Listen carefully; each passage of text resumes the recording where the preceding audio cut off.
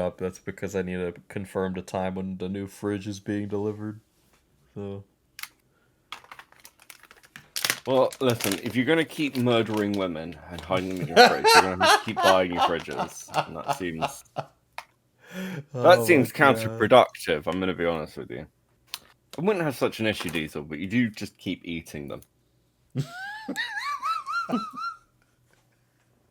Yeah. It would be much better if I just put them inside my walls like a normal guy. Listen, he's got a PhD. He knows what he's doing. That's true.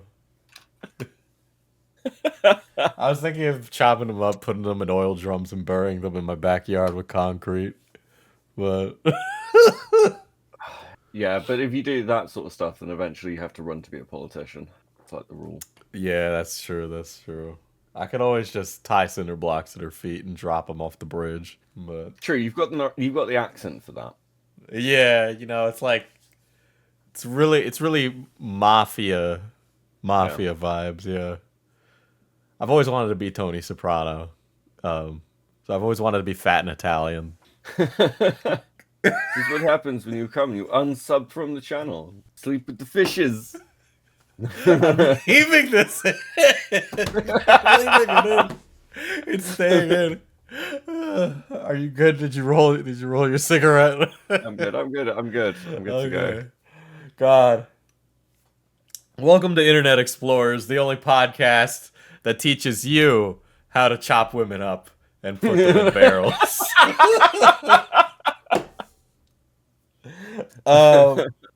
I'm your resident psychopath and YouTuber, FPS Diesel.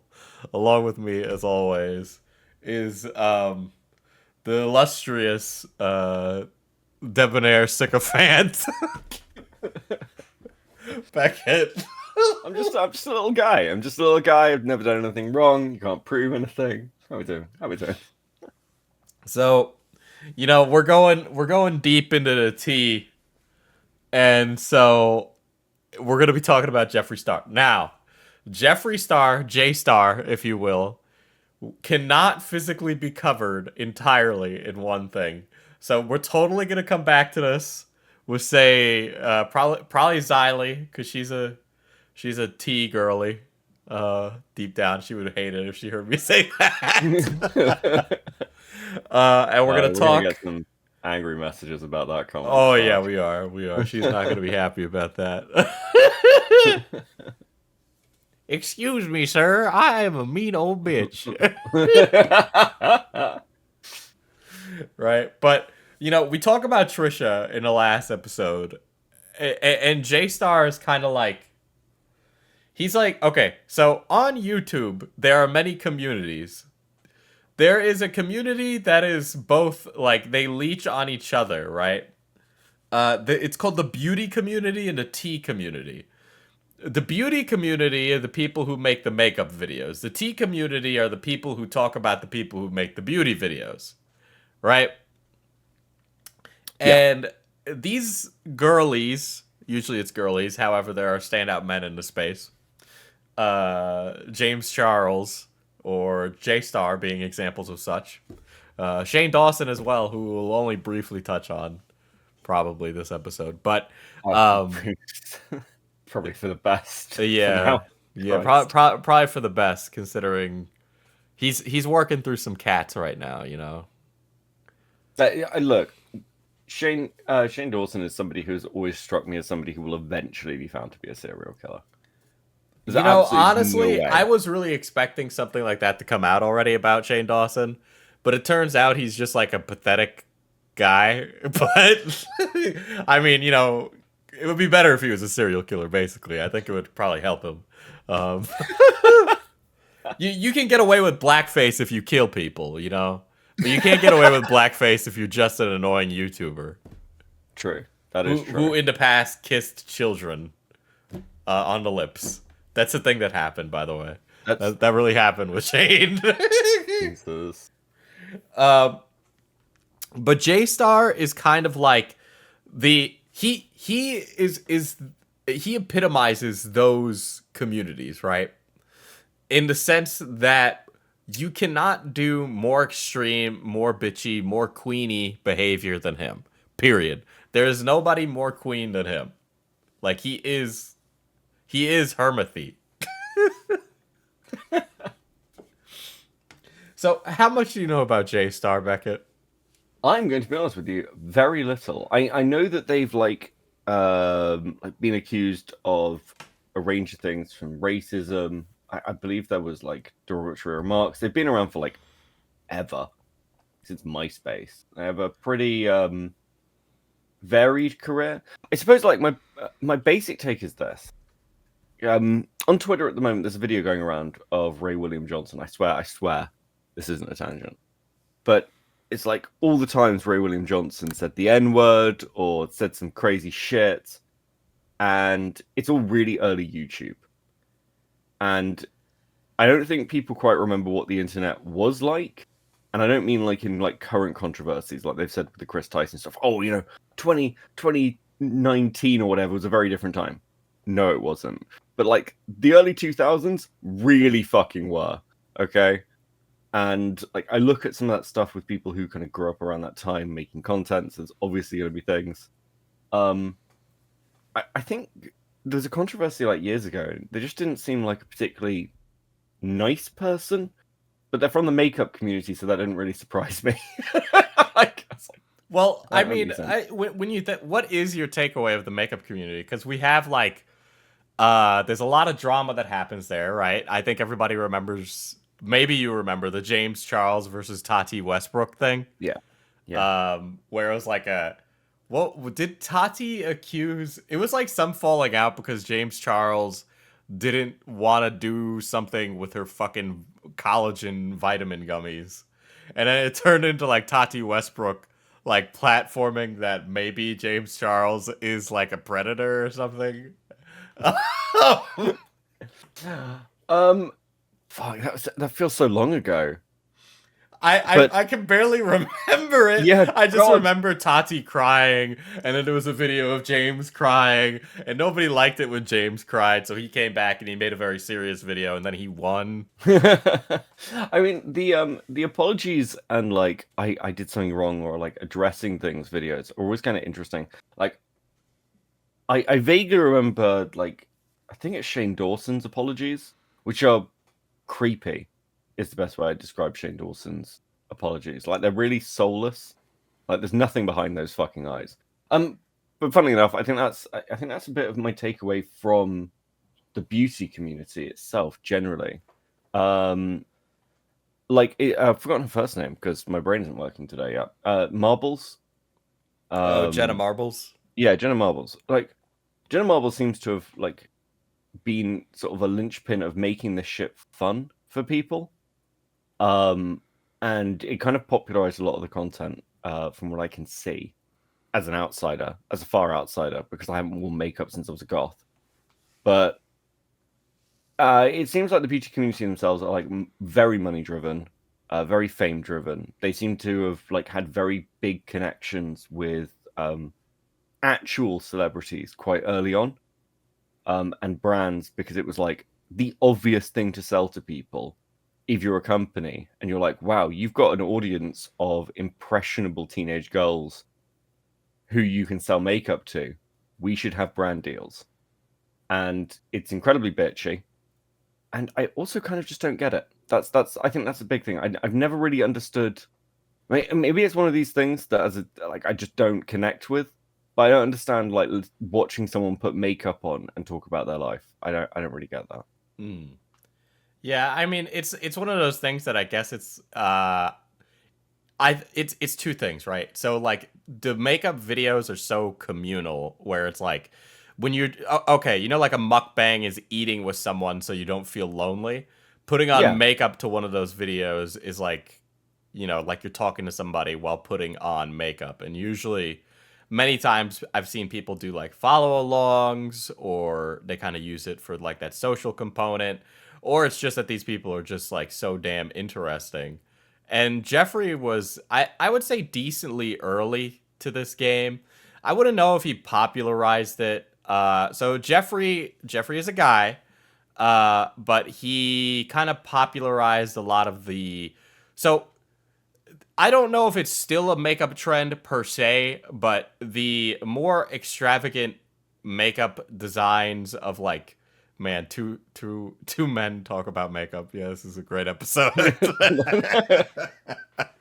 Right, but like the more extravagant drag inspired makeup became much more popular after people like Jeffree Star picked up from MySpace, right? Now, when Jeffree Star Yeah, started his definitely. career, it was in a different community. It was in the emo and scene community, which is goth adjacent. Which it's not impossible that a young Beckett might have came across J Star back on MySpace back in the day. That's possible. I well, I was on MySpace, but we had our own little fucking emo version of it. You know how like people now have like, well, I'm not on Twitter, I'm on like some Fedverse thing or like whatever Trump's weird website is. Truth Social. There we go. There was like a one that all the like goths and emo kids used. That was what we did, which will Really, there was remain like a nameless. goth version of MySpace. That's wild. It was like yeah, yes, it was an experimental time. And we all had profiles that were like hyper edgy. It was. Can we move on from this topic? I'm having flashbacks. So when Diesel has to talk about his bullshit degree, it's a problem. But when Beckett has to talk about being a little goth boy, we can't talk about it. Okay, I see. Okay, I would equivalent this. Listen, I was a minor. I didn't know better. Okay, I was drawn into the. See, listen, I you was an want 18-year-old minor when I got my to... degree. No, this was like when I was like 16, like 15, 16 when I was a goth. I suppose like I was like an older teenage goth as well. That is true. That is true. Like 18, 19 in like dive bars. But it's funny you mentioned that, I suppose, because like we did go to drag shows and things, and obviously like Pride was a big thing for a lot of us because it was like alt culture, and I still remember when Pride was, it's not like the 1980s where like it's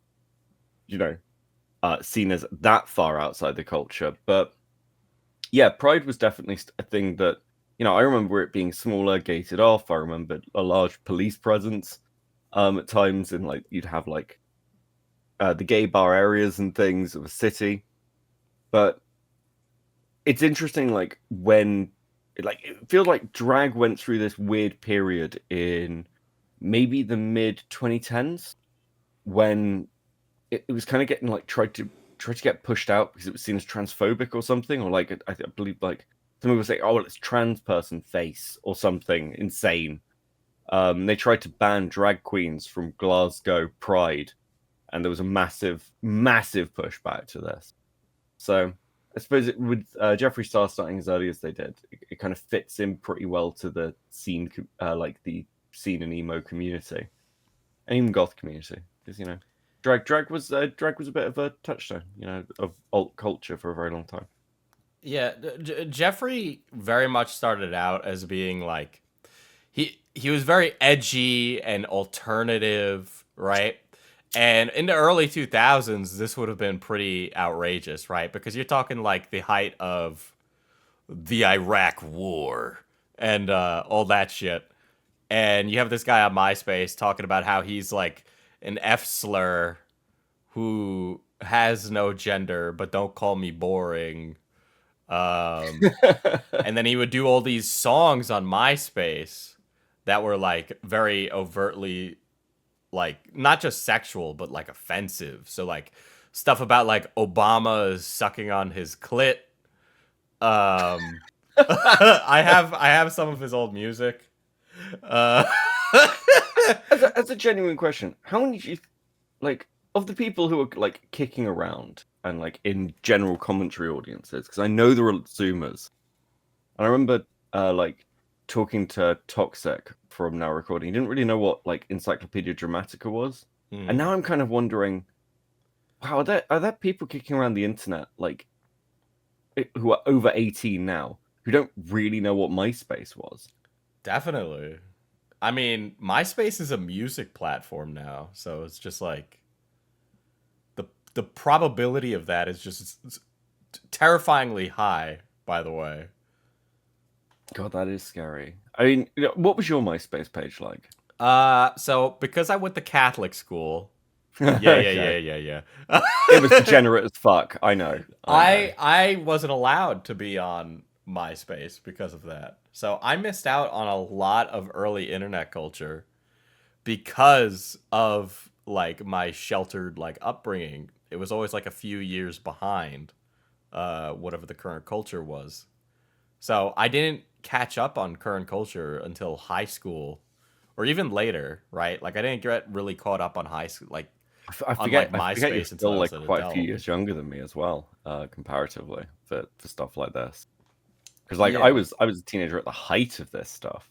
I had So, cousins that had MySpace. I remember being over like in my cousin's apartment and she was showing me her MySpace page and like all these weird things where it was like she could customize her entire page, where she had like her top friends, which is a horrible concept and is one of those social media things that paved the way for all the horrifying things we have today. Um, but yeah, I missed out on a lot of that. Like I never used AIM when I would have been the prime age for that, right? you've given me again flashbacks to like top friends and people fighting over it. Why aren't I on your top friends list? Why aren't I this? Like it's this weird thing now. Like we talk about like followers on Twitter and everything else, like in subs and stuff. But when like Facebook and MySpace were big, people had thousands of friends because you meet people and you just be like, oh yeah, what's your Facebook or whatever, and you would know like maybe 10% of the people who you actually knew on Facebook. It was kind Yep. of wild. And then on MySpace, everybody was friends with Tom. You know, remember MySpace Tom, the guy who Mm, invented yeah. MySpace? For some reason, he added everybody as a friend. You could do that now as a creator. I mean, actually, to be fair, fuck it. That's kind of what Elon's trying, isn't it? Yeah, and everybody hates him for it. You know, Tom just wanted to be your friend. Elon just like wants people to suck him off, I guess. But okay, this is getting really off topic from Jeffree Star. I mean, Jeffree is like kind of tied into that old internet, right? So like he came up at a time when do you know what Blood on the Dance Floor is? I think so. Okay. As in the song. It's a band. Fuck yeah, I think I know Blood on the Dance Floor. So Blood on the Dance Floor, you know what? Honestly, I'm not gonna get ads on this. We'll see what happens. I may cut this, but I need to play this for you. Oh, it was Bewitched. It was Bewitched. So if any of you know of this Blood on the Dance Floor song, Bewitched, feel free to listen to it. I don't know if I can keep it in the episode, but I need Beckett to see this. This is a scene cultural touchstone, okay? What year did this come out? This music video came out 13 years ago, but I have a feeling it might honestly predate that a little bit on some other website. Cause oh boy. Oh boy. Okay, so this seems like one of those things that okay. There is something in my past which I'm not proud of. We were all massive elitists, and like it was the sort of like it was the sort of thing where like we'd meet people and they'd be like, "Oh, I like My Chemical Romance," and we'd be like, "Wow, you're scum and should die." Oh my god. Yeah, look, okay, I'm not proud. I'm not proud, but I am going to be honest with you. I would have bullied anyone who listened to this. They would have been bullied by a dyed-haired. I listen. I went through a period of my life where I wasn't even ginger, Diesel, and I would have bullied the shit out of them. Like, okay, Blood on the Dance Floor is like very surface level scene, but these guys were super popular, but it was also super good to make fun of them, right? Like this was a really easy thing to make fun of because this song is very cringe. What's another one? Listen, I was a little goth sceney when I was in high school too, right? Because I was rebelling against my yeah. What was it? I think it's like a song called like "You're So Creepy" by this band, and it's like creepy girls are just my style. And it's so bad, dude. It's so bad. So Jeffree Star started off in that community, right? And he would make music in that community. That was one of the things he was known for, right? All right, so here's his cover of Boom Boom Pow, which I think is a Kesha song? No, it's Black Eyed Peas. I got that Terminator try. You can give me a cyborg load. I can swallow it whole. So where it flows. Spit on it, then sit. Obama's rubbing my clit. I got that boom, boom, boom, I like that boom, boom, pow. And my pussy goes zoom, zoom, wow. Boys know my labia got swagger. I'm on that next shit now. No! My labia got swagger. What the fuck? No! That's actually incredible. No. That's actually amazing. Oh shit. That's musical, so bad. Musical genius, unquestionably. Oh, fuck.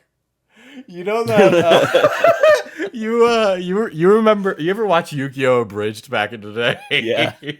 It's like the cover from what's his face? The white-haired guy that was possessed by the evil Egyptian guy.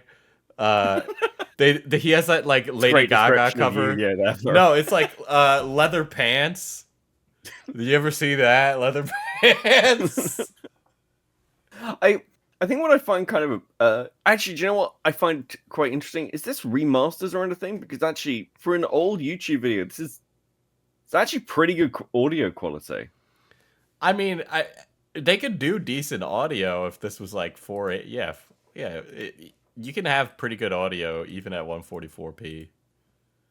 So even back then, the audio would be good, but the video quality, I mean, is like standard definition, right? Oh yeah, it's a standard YouTube lyric video, right? Yeah. But so he would make music like that, and he got really popular from that. You know, scene kids really resonated with this because for some reason, part of scene culture was like this outwardly expressive sexual energy, right? Which is where a lot of the community gets its flack from, because it was teeming with pedophiles. So to bury the lead a little bit, when I showed you Blood on the Dance Floor, I believe Blood on the Dance Floor's lead was Davi Vanity. And was it? Or is Davi Vanity a different guy? I might be confusing my scene men. I mean, they all look the same, and they all. I know. If I'm wrong, one of the she/they bisexuals will correct me because they grew up listening to this. But Jeffree Star outed them for being a pedophile, right? So if you look at the Bewitched comments, they're turned off because of that. But that doesn't mean Jeffree Star is safe, right? Now, J Star got a lot of shit for who he was back in the day. But it would all come back to haunt him later. But back in the day, because of his edginess, he would use things like slurs or like the compilation of Ray William Johnson saying the N-word. There is plenty of evidence of, Jeffree Star being racist. So people would use that against him. And back in the day, it was fine if you were racist, right? Like, yeah, I mean, it was under, I don't think people realize how like different things were. This is a definite tangent. But do you know Bush in like 2005 wanted to ban gay marriage by constitutional amendment? Like, what the fuck? Yeah, no, people are like, oh, it's always been very accepted. Like, it's not that long ago since there was like Bush who's like, oh, that's what Republicans used to be like. Yeah, he wanted to ban gay marriage by constitutional amendment. That's what Republicans used to be like, okay? This is not a defense of Trump. Trump's a lunatic, but, I'm just saying she hasn't changed that much. So, like, Jeffree Star back in the day would have been the guy that, old Republicans would be afraid of. He is that guy. He is popular with the youth. He'd be singing about his labia with swag, which, by the way, that's such a I've never seen more of an ick statement in my life.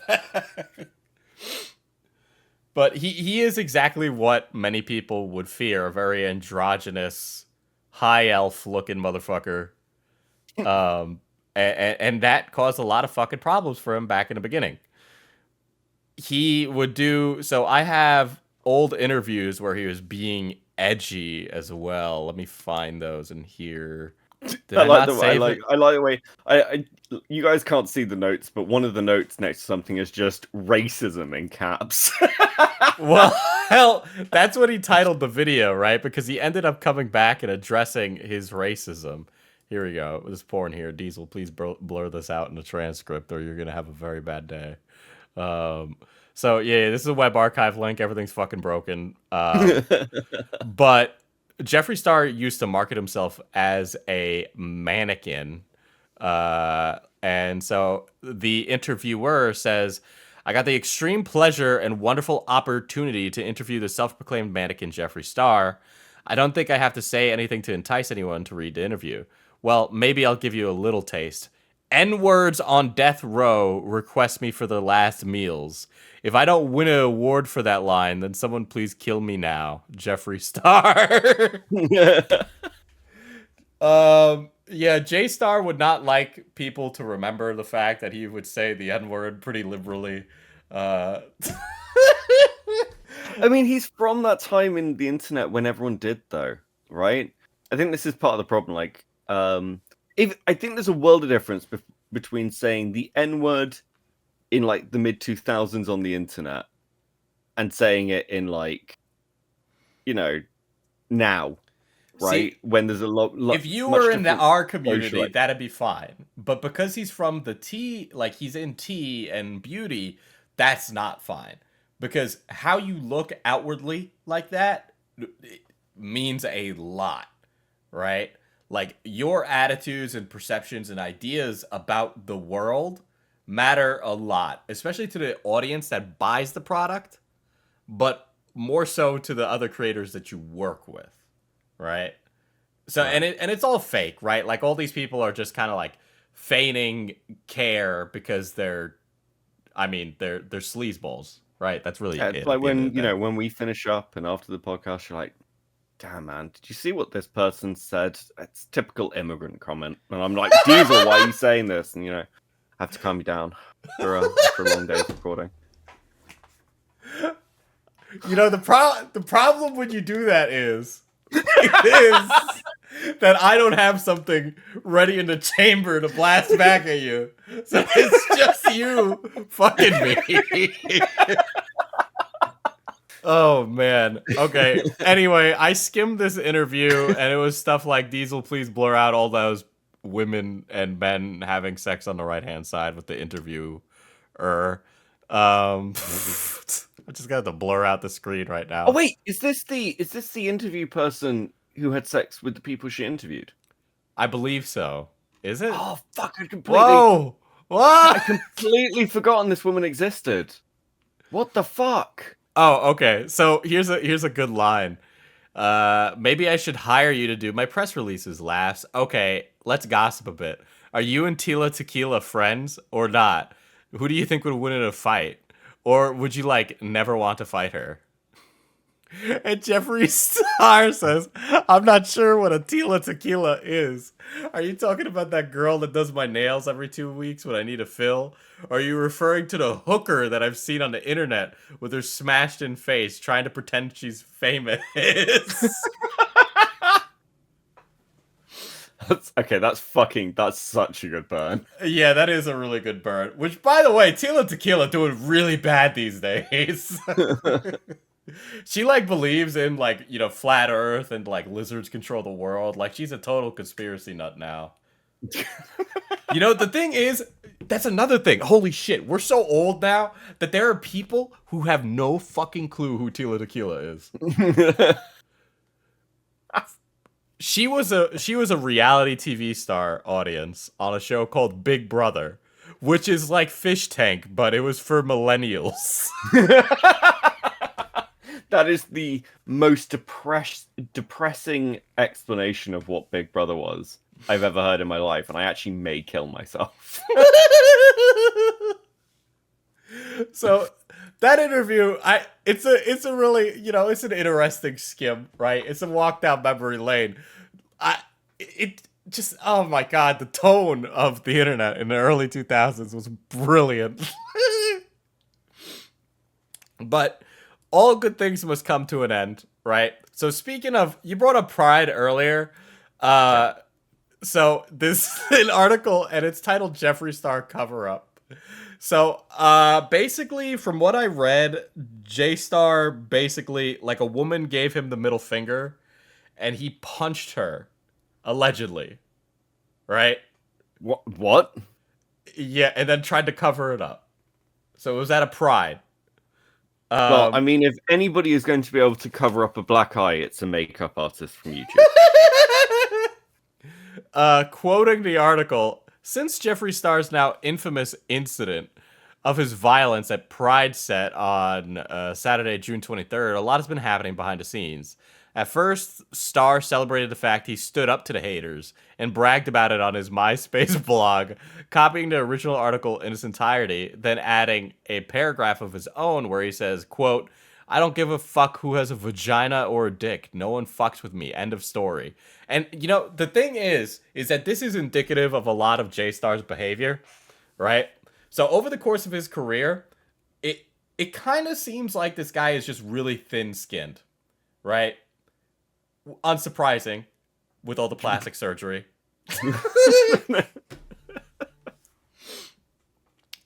But during the MySpace days, somebody would say something mean about him. He would put them on blast, and his fans would, in turn, rip that person to shreds, right?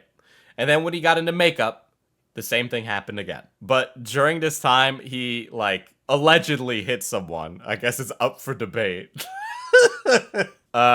Regardless of whether or not Star hit someone or threw something at him, or if it was someone who merely gave him the finger, him and his handlers found themselves stuck in the middle of a public relations nightmare.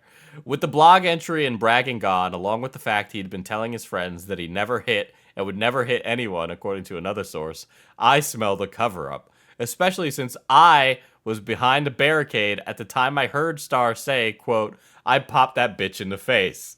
When he was on the way back to his tent, no mention was made of which bitch he was referring to at the time. It turns out that Star may have actually hit a girl who not only didn't throw anything at him or give him the finger, a 17-year-old girl has told me she went to Star's show as a fan, danced along the plastic surgery slumber party, and left after Star's fist connected with her face. Allegedly, of course. That sounds like a Brandon Rogers sketch. Like, do you know who Brandon Rogers is? It's not the whitest kids you know guy.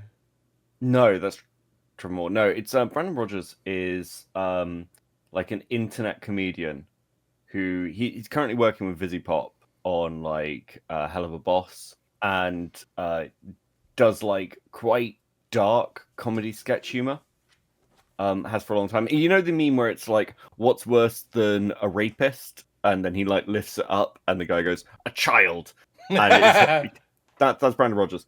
And it feels like a Brandon Rogers sketch of having a drag queen dancing and then a fan running up and being like, I love you so much, and the drag queen just punching them in the face. That's what it sounds like. So yeah, this is one of those Jeffree Star got away with doing something quote unquote bad, per se, and there's a lot of that. Jeffree Star is one of those people that many would consider uncancelable, right? Because of how he handles himself in drama. He seems to always get away, right? His career has never gone under. To be honest, most of the beauty creators, even when they have extreme drama, still walk away with a full career intact. Where with some of the stuff that happens in other communities, I don't know if you'd be able to walk away. iDubbbz said the N-word, but Jeffree Star has more of a career than iDubbbz, in my opinion. Well, I think part of it is, this is going to sound weird to say, but it's something that I've thought about the kind of tea community for a little while and the makeup community. yes, it's very woke, and yes, it's got like this whole kind of like, oh, we need to be socially conscious, but you sort of expect those people to be bitches, right? And I don't mean bitches as in like, oh my god, like that person's a bitch, like they can't handle it. I mean like actually bitchy.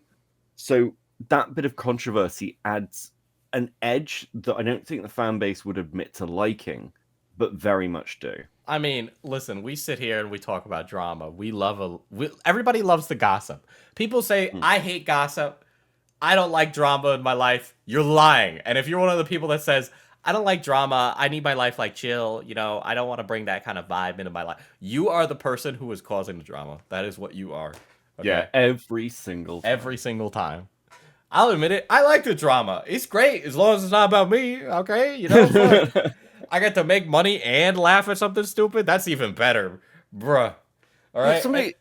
another drama creator, criticized me and said that like, oh well, Beckett's like a gossipy woman. I'm like, yes, I've never denied this. I love this.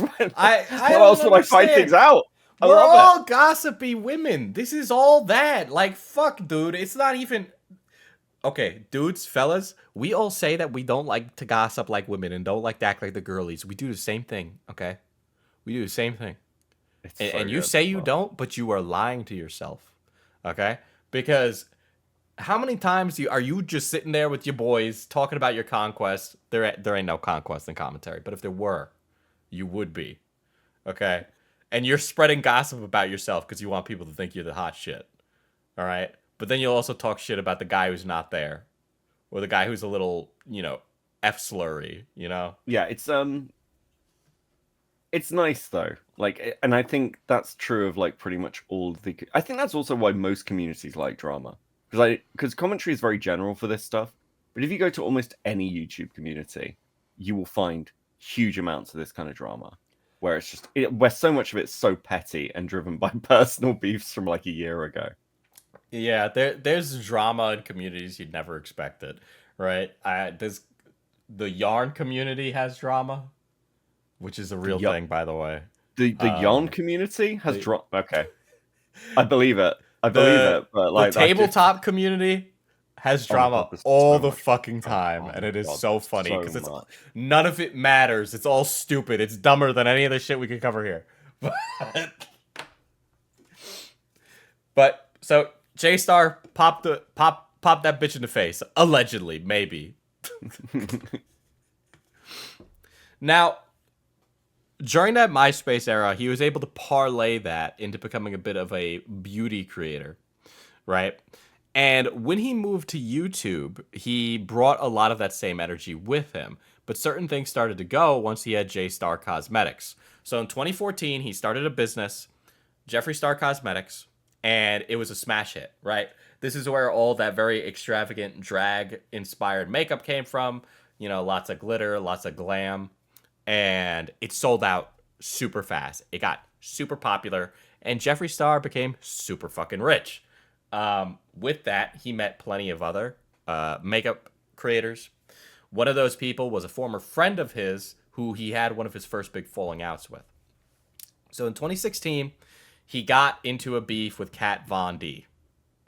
Do you know who Kat Von D is? I don't think I do. I don't know what it says about me that I know these things, because some of this I was able to like rattle off the top of my head. But Kat Von D is a famous tattoo artist. She is also a makeup creator. More importantly, she has very interesting opinions on things. So Kat Von D, for example, was an anti-vaxxer, or is an anti-vaxxer, which is a funny aside about her. People don't like her for that. She has opinions that people dislike very strongly. People feel very strongly about Kat Von D. And from what I'm able to tell, it seems to stem from right around here.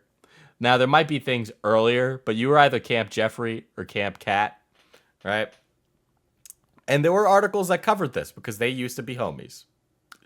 So, quote, Jeffree Star and Kat Von D are in a major feud that's rocking the beauty world. It drives me crazy. I feel like I could be like one of the writers of these terrible websites. The beauty influencers used to be close friends, but have since had a falling out of epic proportions. Here's a quick recap. About 3 months ago, Von D posted on her Instagram and Facebook accounts that she was ending her relationship with Star, apologizing to her fans for this negativity. Shortly after, she released a 14-minute video accusing Star of not paying BJ Betts, an artist friend of hers, for graphic design services for his eponymous makeup line. I think it's important for me that my fans and followers know where I stand on this, because the way that Jeffree chooses to live his life and treat other people is not something I personally agree with. She says in the video, Star quickly responded on Twitter that there's no beef with the artist and that Betts has been paid. He released his own video explaining what happened with Betts and accusing Von D of malicious underlying intent. Star also alleges that Von D told the, quote, owner of Two Faced that he'd try to steal Von D's ideas from the lab they shared. Are you exhausted yet? Are you exhausted yet? That's kind of self-explanatory. So, because I just did a quick Google, and I remember Kat Von D, but the thing that rung the little bell in my head was, I'm reading through an article, has been linked to Nazi and anti-Semitism for years, but has denied these rumors. Oh yeah, I forgot about that. What's the evidence of that whatsoever? She got some like racy tattoos? Because she's covered in tattoos. She dated Jesse James, who, after being photographed wearing a Nazi hat and giving a Hitler salute in 2010, claimed that he wasn't a neo-Nazi but enjoyed collecting the memorabilia. Then Von D released a lipstick called Skeleton, a word that refers to the practice Nazis used to select people to execute in death camps. Okay. I think it's the spelling of skeleton. It's like SELEKTION. Mm-hmm. Selection. So, it's selection. I'm just like retarded apparently today. Don't get the dyslexic to read articles. It's bad idea. Yeah, it was. Star decided to keep this, and has denied it. But yeah, I think it's had like general claims. I don't know if this is true, but this is very weird. That's very, very weird. I will say most people who collect Nazi memorabilia tend to just be Nazis, but you know, maybe broken clocks right twice a day for Kat Von D. But I mean, that's a heavy accusation, though. From what I can tell, it doesn't seem to really matter, right? Like at this point, I think we're late to that party. Yeah, we're very late to that party. So this is like one of those things where it's I've seen it happen multiple times in the makeup community where beef tends to start like in the lab or whatever the fuck. Just like what happened with James Charles and Tati or whatever. But Kat and Jeffree Star, from what I remember, were pretty good friends at one point. This drama in particular, fuck, does this have to... Okay, so this is another drama with Jeffree Star. People have constantly alleged that his mans has been gay for pay for the entirety of forever. And people have just constantly sat around and like wondered whether or not Jeffree Star is just paying him to pipe. Which I don't know why that's any of our business, but it is a constant source of discussion all the time. So much so that Jeffree Star made a video talking about it. And then also had previous conversations with other drag queens, saying how like he was actually like a straight dude and shit like that. So it's been a constant, like, that's been a source of people's conversation about Jeffree Star, that he's some... I guess the implication is that he's a freak for wanting gay for pay sex with a straight man, but, I mean, that's like a... In my opinion, that's a nothing burger. What gets interesting is when the racism stuff is brought back up, right? Because... Right, okay. If I remember, the Kat Von D stuff... which I do have the post, by the way. Right? So, Kat Von D tried to target Jeffree by going, you know, the he wasn't woke route, right? So, after years of making excuses and rationalizing Jeffree's inappropriate behavior, including promoting drug use, racism, and bullying, I can no longer hold my tongue after recent events. I know that over the many years you were introduced to Jeffree through me, and regardless if you chose to follow him or not, I would like to disassociate myself from him and his brand from this point on. I plan on posting a video explanation as to why I felt compelled to make such a statement, but for the time, I simply want to apologize to anybody and everybody who's had to deal with any of his negativity. And yes, with a heavy heart, I will be pulling the shade Jeffree from my collection. Guys, they pulled the shade Jeffree from her collection. that is so insane as a statement. I cannot endorse this, and that's why I'm going to remove this from my line of products that you can buy. Are you fucking serious? You know what's like really frustrating and also very telling? That Kat Von D knew about all of his problems, right? We watched his video of like the song about the eating Obama eating his pussy, and all the like the N-word stuff. But it was a problem when a homie of hers wasn't getting paid. So it's like all of those moral things are just you like morally grandstanding. This is more personal than it has anything to do with any of your personal morals, right? Like you're totally cool with him like using the N-word or being a piece of shit. But the second it affects you personally, then yeah, okay. Jesus. Oh, well, this is the thing that always seems to come out as well. Like, people like seem well aware of who the people they're working with are a lot of the time. It's like you'd have to be fucking crazy not to notice. But the minute it's inconvenient, oh, I had no idea. This happened with the Brad Taste thing with Rose Malay, right? Like Brad was like, oh, you know, I like Rose Malay, and then it's everyone's like, well, what about all her insane comments about rape? Well, I didn't know about any of those. It's like, well, how could you miss them? They're every other fucking tweet. So yeah, it's just content creators trying to save themselves and their reputations. It's just, guys, none of us have any ethics or morals. Come on, just admit it. Yeah, even then, it's like with something like that, you could have just admit, like, yeah, I knew about it. I just didn't want to do anything about it. Like, why do you gotta pretend like it didn't happen? In the case of Brad, right? Kat clearly knew about it, admits she knows about it, but even then, it's like, okay, well, why wasn't it a problem until it personally affected you? But you know, it's like I don't remember Kat getting a lot of shit for this, but I wasn't as tuned in at the time. But there's a lot of reason from old Jeffree videos to even like poo-poo over him. Just to double back on it, before we get to Jeffree Star addressing his racism claims, I got some old Jeffree Star footage from back in the day. Hello? Hey God, it's Jeffree Star. Yeah. Well, if anyone fucks with me, they're gonna die. Okay, love you too. Bye. I like how the second clip is just so like saying a slur. No. What? What the fuck you call me, bitch? Oh no. Get back here, bitch! Fuck you, bitch! I'll fuck you up! You fucking faggot, bitch! Oh. Screaming at me. Oh, hell no. Let's go right now! I'll kill you, bitch! From what I remember, Jeffree Star is pretty tall too, so I don't think I'd want to get in a fight with Jeffree Star. Actually, the taser doesn't help too. But you know, just height wise, I wouldn't be able to close the gap in time.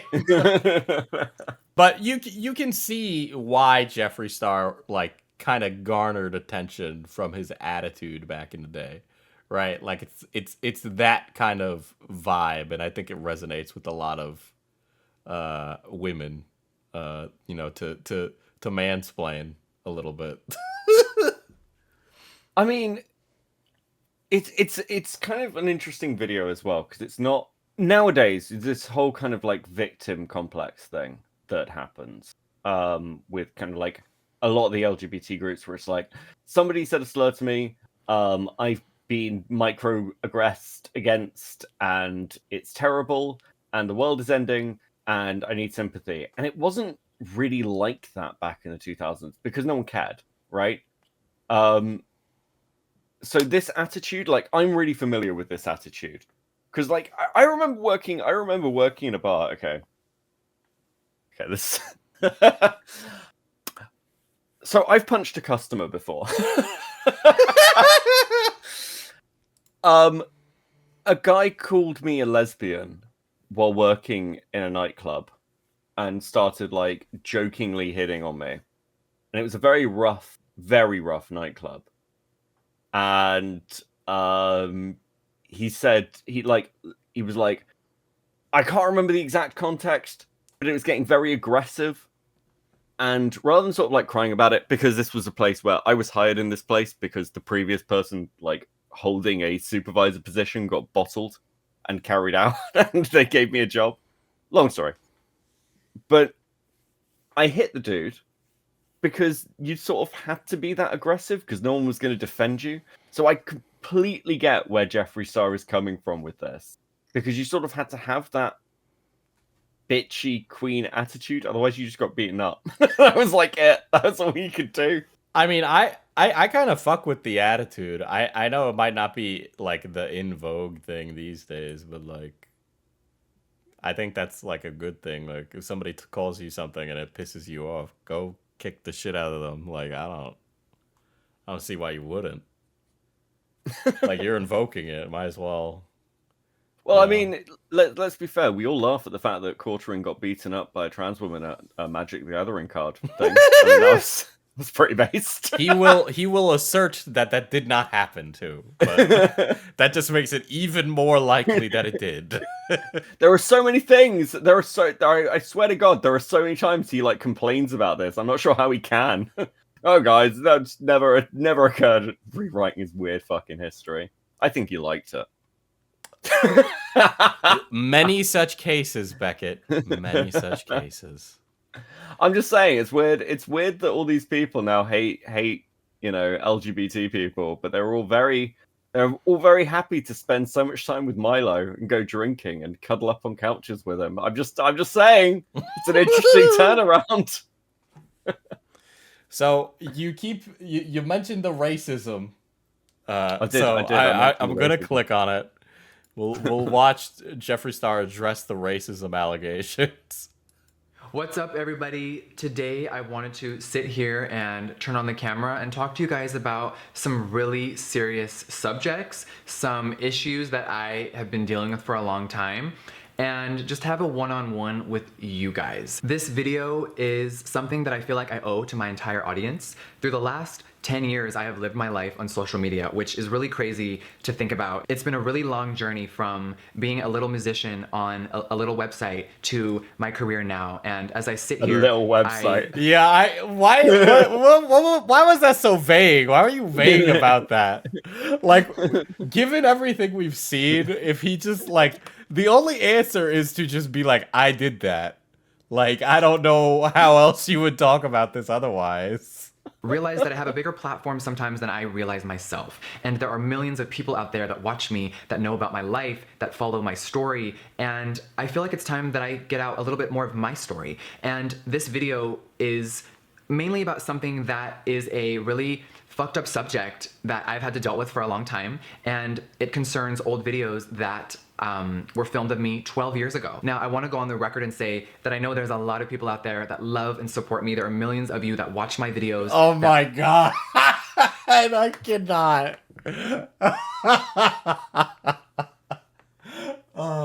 This community doesn't get to the fucking point, dude.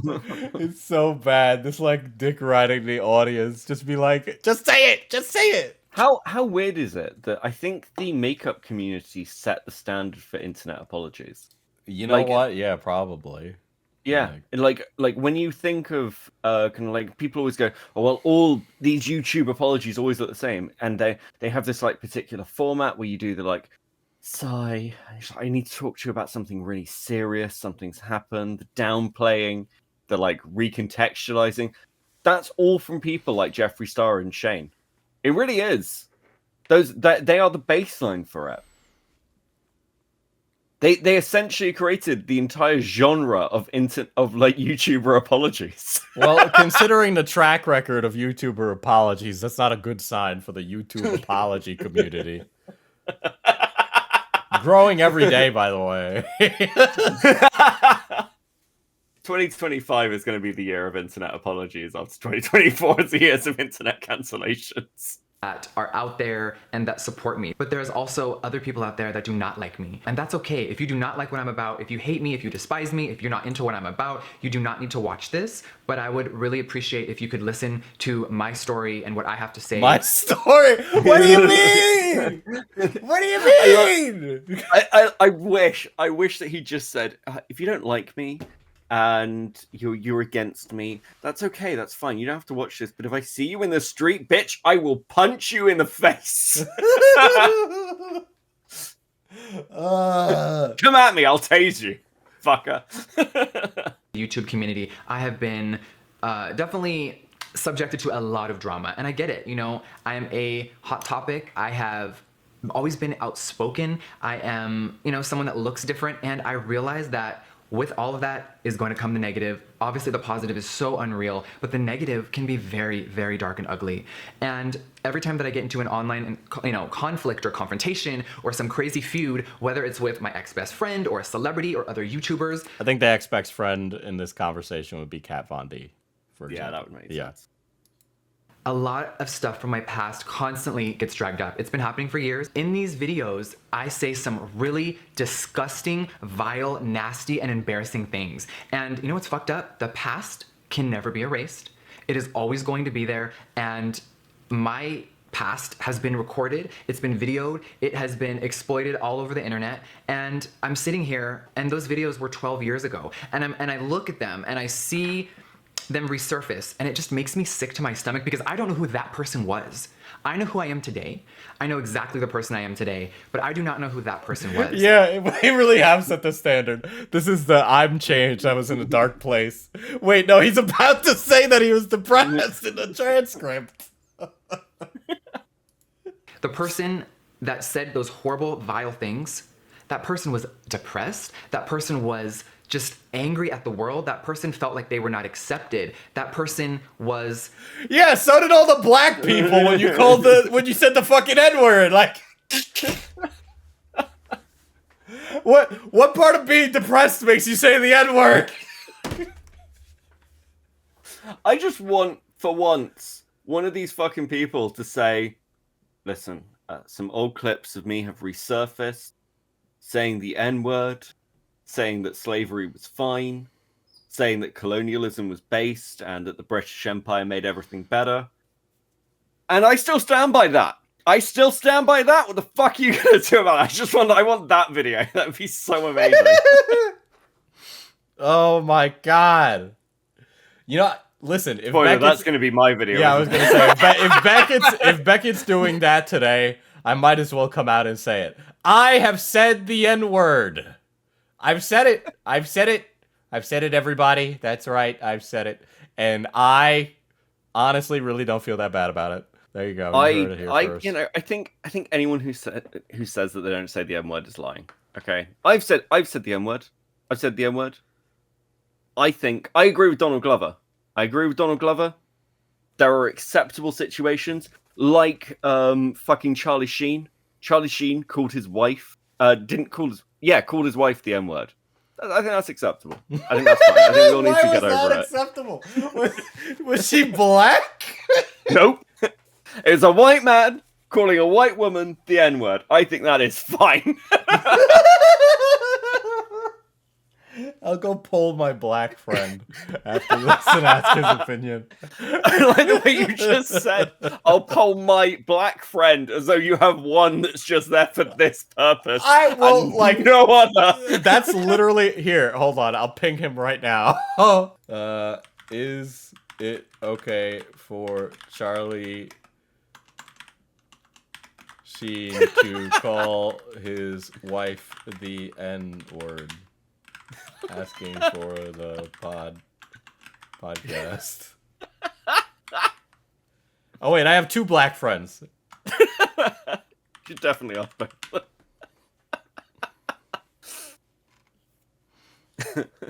Now we wait. We'll circle back around to that after we get to the last little subject here. So a big point and change in Jeffree Star's career was his it was kind of a mild rebrand, but it was also like a big like moment when he teamed up with Shane Dawson to bring Shane Dawson into the makeup world and make a line of makeup with Shane Dawson and do all these things. For some reason, people thought Shane Dawson was a good documentarian. Now, I have a film degree. He did not. He was a terrible, terrible documentarian. But the videos were like 3 hours long, and he would talk to people, so it was accepted. But they were terrible videos, every single one of them.